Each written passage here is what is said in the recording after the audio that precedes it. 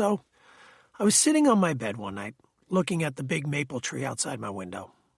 It was a windy night, and most of the leaves had fallen off, and these thick, nasty-looking branches were reaching out in all directions, going this way and that way, whipping back and forth. And there was this one branch that was scratching the outside wall of my room. When I was a real little kid, that scratching sound would scare the shit out of me.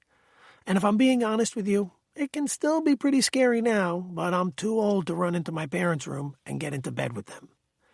Except sometimes, when my dad is working midnights, I still sneak in to sleep with my mom. We listen to this radio show she loves, Gene Shepherd. He's this guy that sings silly songs and tells stories, and it's really good for falling asleep to. I love the stories about when he was a kid.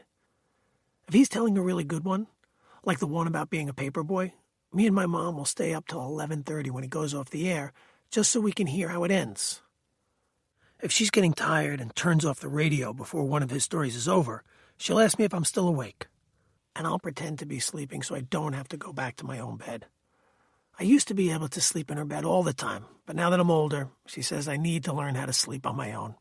I tell her I already know how to sleep on my own, but I'd rather sleep in her bed and listen to Gene Shepherd. But you have your own radio in your own room. Listen to Gene Shepherd in there, she tells me. But she doesn't understand. It's more fun to listen with her so that we can laugh together and talk about the parts of the story we liked best. Those are probably my favorite times with my mom.